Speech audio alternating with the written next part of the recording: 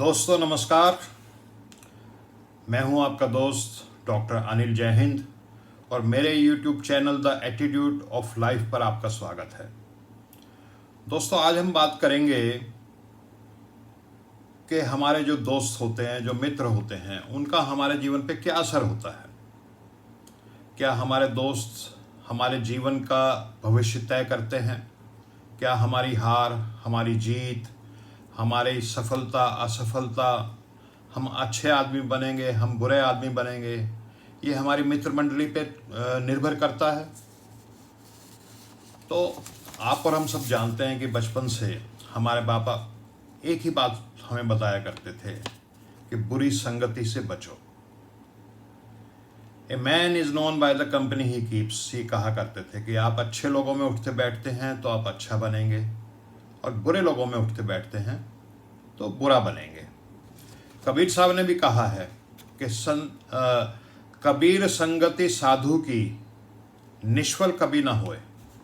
यानी अगर आप अच्छे लोगों में उठेंगे बैठेंगे, अच्छे संस्कार अपने मित्रों से लेंगे तो आपका जीवन निष्फल नहीं रहेगा, यानी आपका जीवन सफल रहेगा।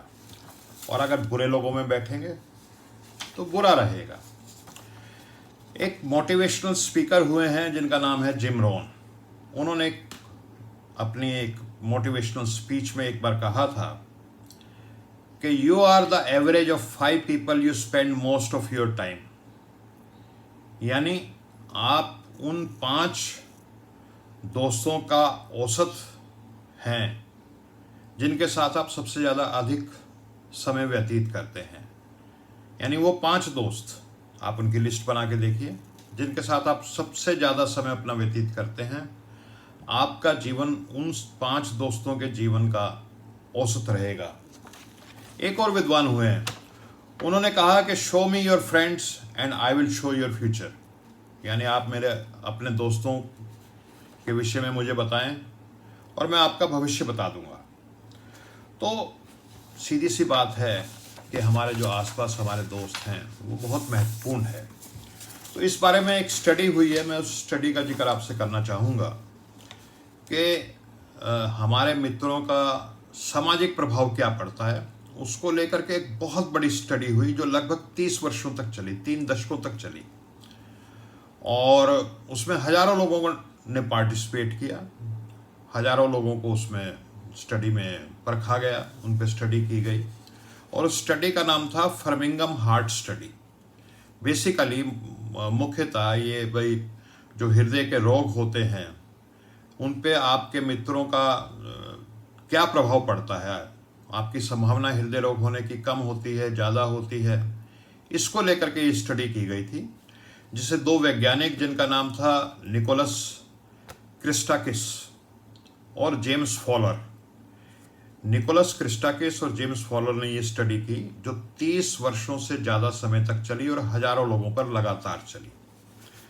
तो उसका डाटा इकट्ठा किया गया और उसके डाटा में सबसे पहले, क्योंकि मोटापे का हृदय रोग पे बहुत ज़्यादा असर होता है, मोटे लोगों में हृदय रोग होने की संभावना बहुत अधिक बढ़ जाती है, तो उन्होंने एक बिंदु लिया मोटापा, ओबेसिटी।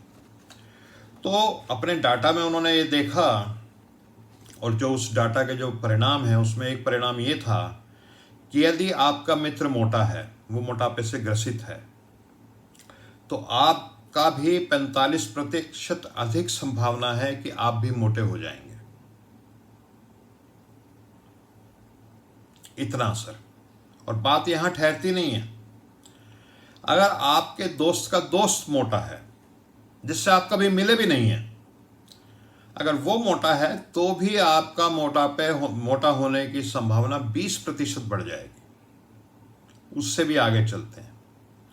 अगर आपका दोस्त का वो दोस्त जिससे आप कभी मिले नहीं और उसका वो दोस्त उससे भी आप कभी मिले नहीं हैं, यानी तीसरी स्तर का दोस्त, वो अगर मोटा है तब भी आप में मोटापा होने की संभावना 10% बढ़ जाएगी।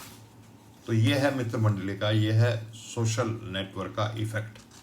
ऐसे उन्होंने स्मोकिंग पे एक स्टडी की, क्योंकि स्मोकर्स में हृदय रोग होने की संभावना बहुत अधिक रहती है। तो स्मोकिंग पे उनकी स्टडी आई, उसकी जो रिपोर्ट्स हैं, उसके जो परिणाम हैं, रिजल्ट्स, वो ये है कि अगर आपका दोस्त स्मोकर है तो आप भी स्मोकर यानी आप भी धूम्रपान करने की संभावना आप में 61% बढ़ जाती है।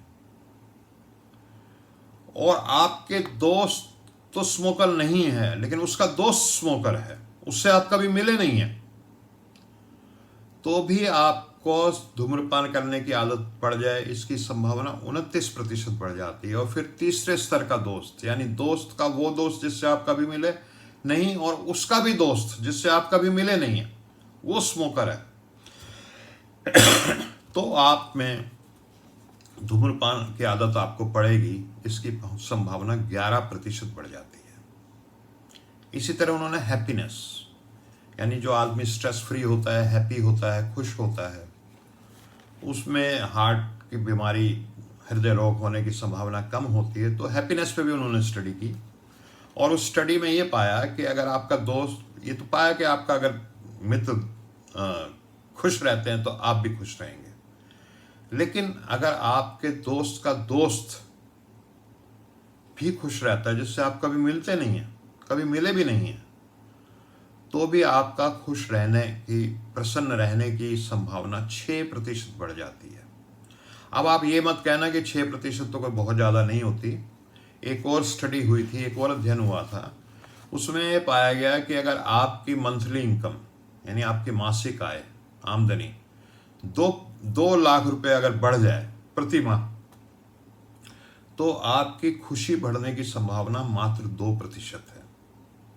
यानी आपकी आमदनी 2 लाख रुपए प्रति माह बढ़ जाए तो आपकी खुशी मिलने की आपको जो संभावना है मात्र 2% है। लेकिन अगर आपका दोस्त खुश रहता है तो आपको खुशी मिलने की, आपको प्रसन्न रहने की संभावना 6% है, यानी 2 लाख से 3 गुना ज़्यादा।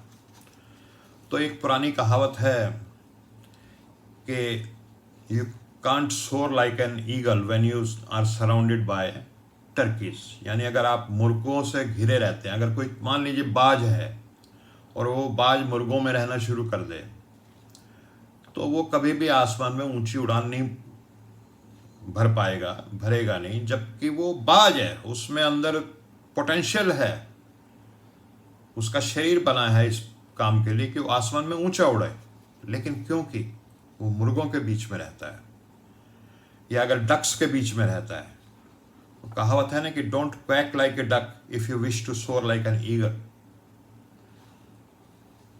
और आपने बचपन में वो कहानी भी पढ़ी होगी कि एक बच्चा बचपन में अपने माँ बाप से बिछड़ के जंगल में छूट गया और भेड़ियों के बीच में उसने रहना शुरू कर दिया, तो बिल्कुल वो भेड़िया बन गया। बाद में वो मिला, उसको देखा गया और ये सच्ची घटना पे आधारित है, तो वो बिल्कुल भेड़िया की तरह ही एक्ट करता था, उसकी थिंकिंग, उसका एटीट्यूड सब भेड़ियों की तरह था। तो इसलिए ये बहुत ज़रूरी है कि हम अपने दोस्तों को ऑडिट करें, एक सूची बनाएं और देखें कि जो हमारा जीवन का लक्ष्य है, हम जहाँ पहुँचना चाहते हैं, जो हमारी मंजिल है, क्या इन मित्रों के साथ रह करके हमारे मंजिल में पहुँचने की संभावना कितनी अधिक है, अपने मंजिल तक, अपने लक्ष्य तक पहुँचने की संभावना। ऐसा हमें एक ऑडिट करना चाहिए और इस पे काम करना चाहिए। तो आप सबको मेरा फिर से नमस्कार, दुआओं में मुझे याद रखिएगा। जय हिंद, वंदे मातरम। और मेरा ये नया चैनल है, हो सके तो इसको लाइक कीजिए, शेयर कीजिए और सब्सक्राइब कीजिए। जय हिंद।